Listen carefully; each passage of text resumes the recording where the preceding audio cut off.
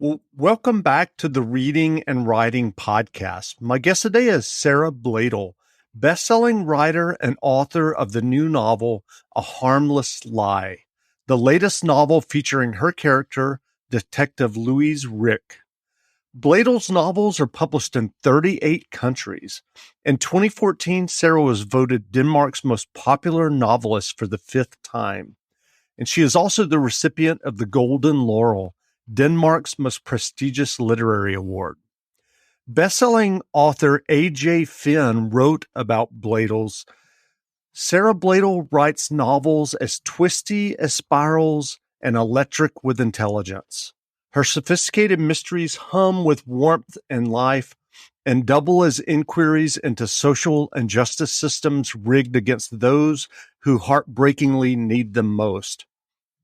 Her detective, Louise Rick, is one of the most appealing, most layered, and most compelling heroes to stride onto a crime scene in at least 50 years. And in A Harmless Lie, an ideal point of entry for new readers, Blaedel has devised a labyrinth of mystery for her, dense and dangerous. Come get lost in it. Sara, welcome to the podcast. Thank you so very much. What a wonderful introduction. Thank you. Sure, absolutely. Well, if someone listening hasn't yet heard about your new novel, A Harmless Lie, how would you describe the novel? Actually, it's the first novel in the Louise Rick series where I bring Louise Rick into the story as a private person. She is not investigating anything professional.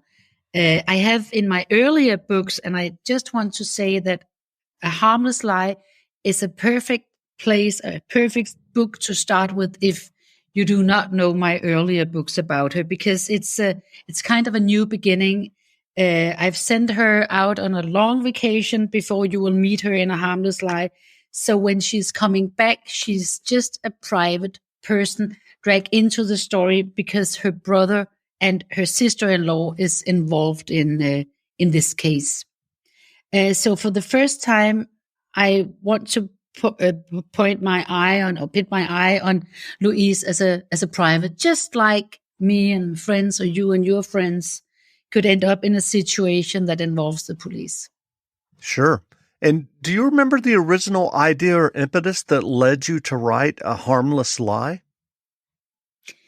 Yes, because actually it's a story in one of my previous book, The Stolen Angel. There is a character called Mona, and she suddenly she was there in that previous book, and I was so curious about it. It's not very easy. It's not very common for me that characters just show up. I mean, normally I create them. I spend a lot of time giving them a character. I mean, giving them a voice. I know much more about my characters in my books that ever get into the book. I mean, the background stories is so important for me because I want to know them, to know how they will react in specific situation. But Mona, she showed up out of the blue, almost, not totally, but almost out of the blue. And I was curious about it because she is vulnerable in a manner where when people went missing, you know, when newspapers or television tells about people who went missing, then she react very sensible. She's very sensitive to these kind of story, and it makes me think, why? What is the trauma behind Mona's story? And I start researching with talking to a woman who is leading a part of a hospital for mental illness here in Copenhagen, or right outside Copenhagen. And I asked her, is it possible that people who have something in the background, a trauma from the childhood or from the early teenage life, that can be a part of the way that they react on things? And she just looked at me and said, oh yes, it happens all the time. And I wanted to know what happened to Mona and when it happened. So I start creating her story it sounds weird. I know that because I am the writer, I am the author, I am the one who decides what's in the character. But sometimes it happens when I write, it happens that people are just showing up. And then I have to afterward find out what is the background story. And for Mona, I created a story about her going on a school trip to Bornholm. In Denmark, it's very common. Almost everyone is doing it in school when you are around 13. You will go on these trips with your school class. And very often these trips go to Bornholm, which is a small island between Denmark and Sweden, closer to Sweden than Denmark. And they will spend a week there.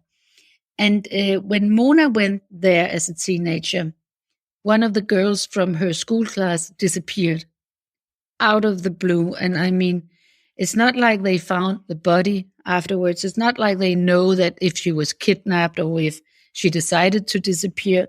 But where you will meet the story in The Harmless Lie, the body of Susan shows up so many years later. And it tricked a lot of things that went on with Mona and her friends back then. So I was so curious. The first thought was, it has to be something about the school trip to Bornholm. And then the story is set in the area where I grew up and where I long ago put Louise Rick and Camilla Lind, another strong character in my books. So it is very much based on my own memories of being a teenager and based on my own school trip. Of course, not all of it. Thank God for that. But some of it is. Sure. Well, you mentioned how Mona just showed up as a character on the page. I'm curious about, and you talked about how you normally know the background of your characters more so than shows up in the actual novel. I'm wondering, what is your writing process when you're thinking about and planning a new novel? Are you someone who does a lot of extensive outline of the plot and the characters? How does that work for you? I'm absolutely one of them, and I know it's always a very interesting discussion. Are you one who's doing a plot line or not? I'm the one who is doing it. I would be scared to death if I was sitting just with blank paper, and I really enjoy plotting out the book because when I start having the first slightly idea of what could be in the story, there will be a long period where I'm frustrated because I cannot put it together and I cannot see how I should turn the twist and plot and all these things around. So I enjoy I have something I call my plot cards. It's colored paper pieces. And then Louise Rick, she has one color, Camilla Lind has another color, and the police investigation has a third color. And so it looks like my dining table looks like a puzzle when I start plotting up and say, okay, here one is dying, and what is happening? We're calling the police. What is happening? And I really enjoy the part where I'm plotting the book. But when I didn't do that to begin with my first books, I didn't do it. And I was also afraid, and I'm still very aware of this, because I was also afraid that plotting out too much could kill the whole story. I mean, if I knew every detail, I will just be a machine writing it down. And that is not fun for me. So I was very aware that, it's a balance, I think, being aware of what do you want in the story and how many details do I want in the story. But you know what? I find out that even that I plotted very carefully and specific also in details, the more it seems like my imagination is taking off. I think it's because I feel secure that I can land this story. I can go from A to B and I can actually do it. So it's like everything in between A and B can happen. Even that I know, it's like the more that I feel that I have my hands on the story, the more my imagination and the whole story is taking off. And that is so much fun. That's great. Well, I'm curious about your initial writing journey. What led you to write and get your first novel published? That's a very good question because I've never been planning on being a writer. I mean, it was never in the card. I have dyslexia, so as a child, it wasn't that fun to write. Reading has been my thing because I start reading mysteries for children. My parents was reading out loud mysteries for children for me, and I think it was so clever of them. I didn't think about it back then, but I know it now that it was their way to teach me to become a reader, to to teach me the joy of being a reader and being in a story. So when I was reading, even that I was a slow reader, I was reading these mysteries for children. I could see myself in the story. It was a space where I could walk in and be one of them. And the thing about mysteries and crime fiction is that the plot is the motor. So even if it's hard for you to read, you have to continue because you have to find out what will happen. So I feel that mysteries for children is great if you're struggling with reading. But then it happened that a story. I was working as a journalist for many years, and I have all about deadlines and the stress that can up when you have a deadline. And I found that I had a space in my head where I could tell myself a story. Again, like being a reader, I could walk into that space and create my own story and start telling myself a story. And I did that for 4 or 5 months, I think, until I realized that I had to put it down on paper because Louise Rick was so clear to me and the whole situation was very clear to me. So for my head avoid that my head was exploding, I had to put it on paper. And that was actually my first Louise Rick novel. Hi, this is Jeff, the host of the Reading and Writing Podcast.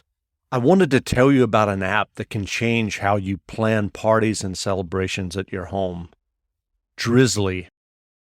Drizzly is the most convenient way to buy beer, wine, and spirits with delivery to your doorstep in under 60 minutes. Are you hosting a book club party and you need a couple of bottles of wine? Well, keep in mind Drizzly. Or do you and your friends make cocktails based on your favorite book characters or novels? If so, again, use Drizzly. That's DRIZLY.com. Drizzly is the #1 app for alcohol delivery. Again, that's Drizzly, DRIZLY.com. And right now, if you act, Drizzly is giving every new customer $5 off their first order. Just use the promo code FAST5 at checkout. That's great. Well, how much research do you do about crime and forensics and criminals when you're working or thinking about a novel? I do a lot of research and I take a lot of time out of my calendar to do research, and that is for two reasons. One of them is that is the thing that I'm totally sure of I can do working as a journalist for these years. I know that I'm good at meeting people and have them let them talk about what's the passion or the work they're doing. And also I do the research because I find it fascinating. That is one thing, but also because I want to blur the line between fact and fiction. I want to blur the line so people who are in business, who, for example, are forensic scientists or police investigators or detectives, if they right away can see that I'm sloppy about my research, then the whole story drops. I mean, I don't want to get caught in saying, oh, if she don't know that, or that will never happen, or that is not reliable, then everything else in the book is not good enough. But if you can convince people that you know your stuff, that you're good at your police work, that you know exactly how. My thing is that I want it to be if this happened in real life. I want the police to act the same way So that's very much about cheating, cheating the readers, because I want them to believe that everything that is in this story is real. And of course it's not, but the fact needs to be real. Right. So have you started planning, or are you writing a new novel now? Yes, I'm actually writing on a new Louise Rick novel, and I'm so into it. And what happened when I was uh, almost in the middle of A Harmless Lie, I realized that I want to bring Louise Rick back for good, but put her in a new position. I created in Denmark there are 12 police districts covering the whole country. Mm-hmm. And they have a kind of a nickname for the one who have special skills, a special force. They call it Police District 13, and in the way we talk about it daily is just P13. And now actually it looks like it will come for effect, but it's a special unit that can go and assist the police districts around the Denmark, the whole country, as a special force investigation with special skills in homicide or in missing people or whatever it might be. And I put Louise Rick in charge of that fiction unit. That's great. Well, given your success, as I detailed at the beginning of the podcast, what writing advice would you offer for those who are working on their own stories and novels? First of all, and I really feel that is the most important advice I can give, write because you feel that it is fun. I mean, do it for your own sake to begin with. I cannot come up with anything more frustrating that people come and ask me, how do I make a bestseller? How do I create a bestseller? I want to make sure that all the hours that I spend writing is coming out in the best way. And then I always say, please do not do it. Not for my sake, but for yours, because that is the worst way to go into it. Do it because you have a story that makes you so curious that you want to know what's going on and want to know what is happening.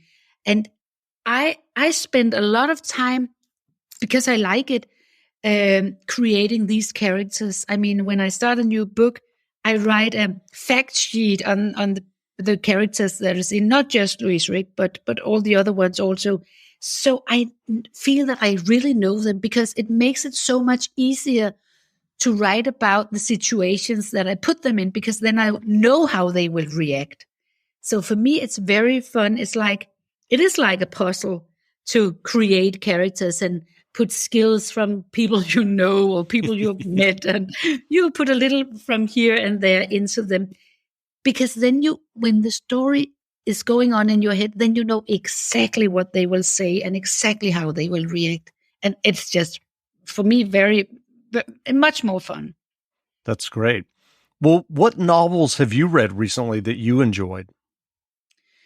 I'm not reading much when I am when I'm writing, so it's not very much. But the latest Karen Slaughter published in Denmark, I'm a huge Karen Slaughter fan, and her books, they are more brutal than mine.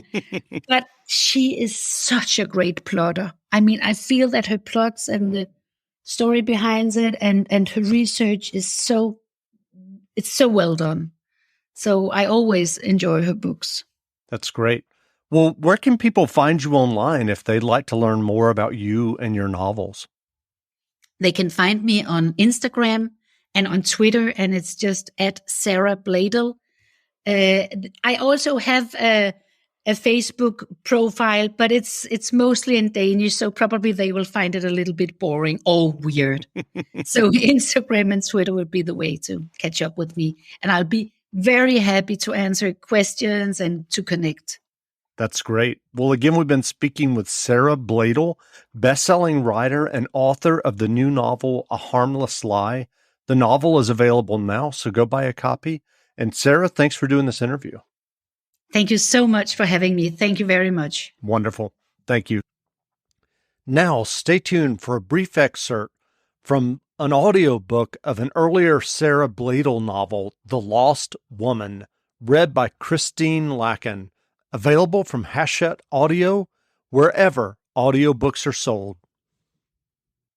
Louise had never visited her boss. When she hopped out of the taxi and walked toward his building, she realized that Reinhold must be able to see the apartment on Geffionsgade, where her father grew up. Reinhold opened the door of his fourth-floor apartment, wearing slippers and casual clothing. "Something's happened. I'm sure of it," Louise gasped. "You know him. Ike would never leave Charlie out on the street and just disappear, and he wouldn't just not show up for the concert. He'd been looking forward to it for several months. We have to initiate a search for him." Ragnar Reinhold led her into the living room. He picked up his wine glass from next to an open book on a table near the bay window. One of the windows offered a view of the tracks behind Osterpoort. Lanya Linja Quay was probably visible from there in the daytime. Louise knew he had lived practically forever in this rented apartment, for which he paid very little. "Ike is a grown man, and he hasn't been gone for 12 hours, he explained patiently. "Can you just see how it would look to initiate a search for one of the search department's own people so soon?" He offered Louise a glass of wine. She shook her head and began pacing anxiously around the room.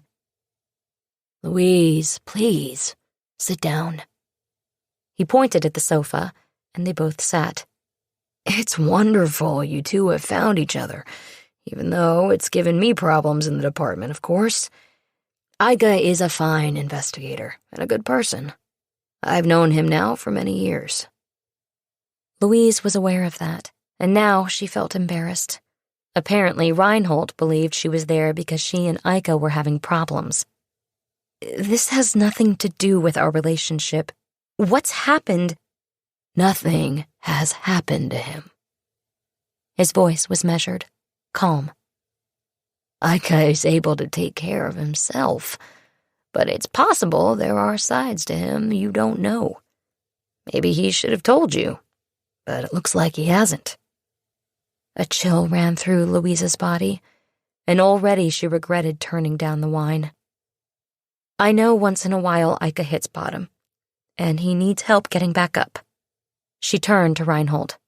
"You're the one who sent me to pick him up that time he was dead drunk and couldn't get to work. But nothing was wrong today. Everything was normal. We were in your office. You saw him." "These sprees he goes on, they often come without warning." He seemed to weigh his words as he took a sip of wine. "That side of him can be difficult to deal with, but you'll have to accept it if you want to be a part of Ike Nordstrom's life." "So you're thinking he left the office this morning to go get drunk? Then why did he take Charlie with him? He could easily have left the dog at the station." She shook her head, annoyed now that he didn't understand. "I just came from South Harbor," she continued, realizing it did no good to reproach Reinhold. She needed to convince him. He wasn't at his pub, Ulla's place. Ulla hadn't seen him. At least that's what she claimed. "I really think you're wrong about this."